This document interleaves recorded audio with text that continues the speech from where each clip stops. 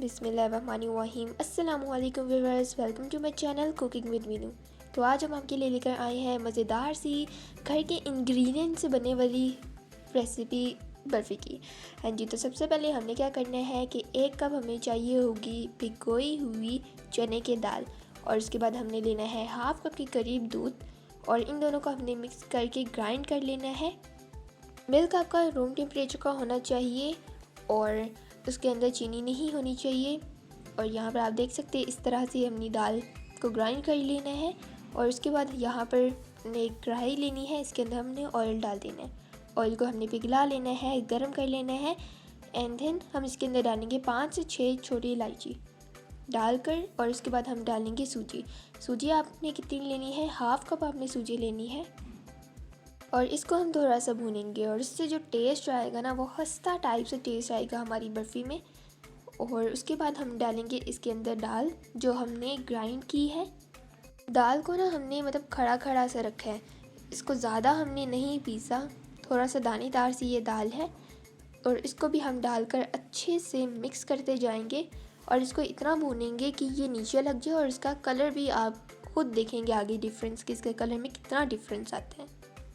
And सबसे अच्छी बात तो ये कि हम इसके अंदर कोई भी फूड कलर या कोई ऐसा इंग्रेडिएंट नहीं डालेंगे जिससे इसका कलर चेंज हो जाए। इसका कलर खुद ही आगे जाके चेंज हो जाएगा। हम इसके अंदर कोई ऐसे आर्टिफिशियल चीज़ नहीं डालेंगे। एंड भून कर आप देख सकते हैं कि इसका कलर किस तरह का चेंज हो चुका है, और ये नीचे भी लग चुका है। एंड गाइज, अगर आप मेरे चैनल पे न्यू है तो मेरे चैनल को सब्सक्राइब करना बिल्कुल नहीं भूलना, और वीडियो अगर अच्छी लगे तो लाइक और सब्सक्राइब तो बनता ही है। और कमेंट सेक्शन में ज़रूर बताना है कि आपको ये रेसिपी कैसी लगी।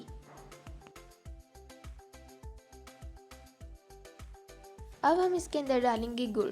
आपने इसके अंदर शुगर का इस्तेमाल नहीं करना, गुड़ आपने डालना है अपने जायके और मिठास के मुताबिक आप इसके अंदर गुड़ शामिल करेंगे और इसको मिक्स करेंगे।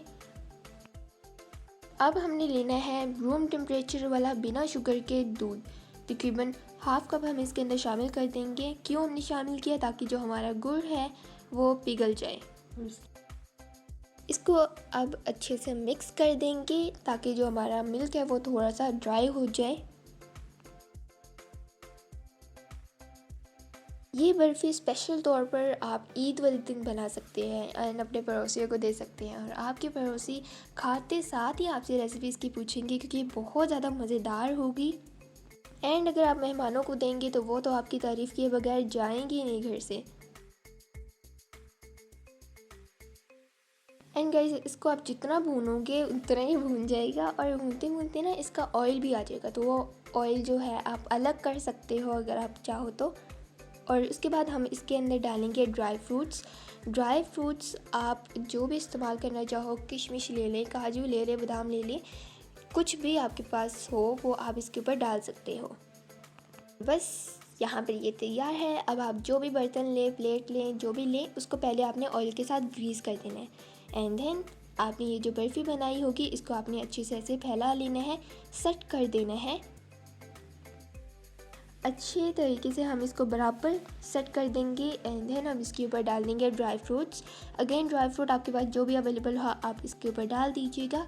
एंड देन तकरीबन 30 to 40 मिनट्स के लिए आपको इसको फ्रिज में रखना पड़ेगा ताकि ये ठंडा हो जाए और शेप में आ जाएगा जब ये ठंडा हो जाएगा। We are back again. 40 minutes हो चुके हैं। अब हम इसको काटेंगे, और काट के आप देख सकते हैं कि कितना मज़ेदार तरीके से ये कट रहा है। एंड व्यूअर्स, आपने देखा कि हमने घर के इंग्रेडिएंट्स से, जो भी आपके पास घर में इंग्रेडिएंट था उससे हमने मज़ेदार तरीके से बर्फ़ी बनानी सीख ली है। और अब आप देख सकते हैं इसको हमने काट कर कितना ज़्यादा ये प्यारा लग रहा है। अच्छा, प्यारा तो लग रहा है, साथ में इसका टेस्ट भी बहुत ज़्यादा मज़ेदार होगा। And I hope you guys enjoy our today's video. If you like our video then please give our video a big thumbs up. Subscribe to our channel, do like, share and comment. Take care. मिलते हैं फिर next video में एक अलग recipe के साथ। तब तक के लिए अल्लाह हाफिज़ and enjoy.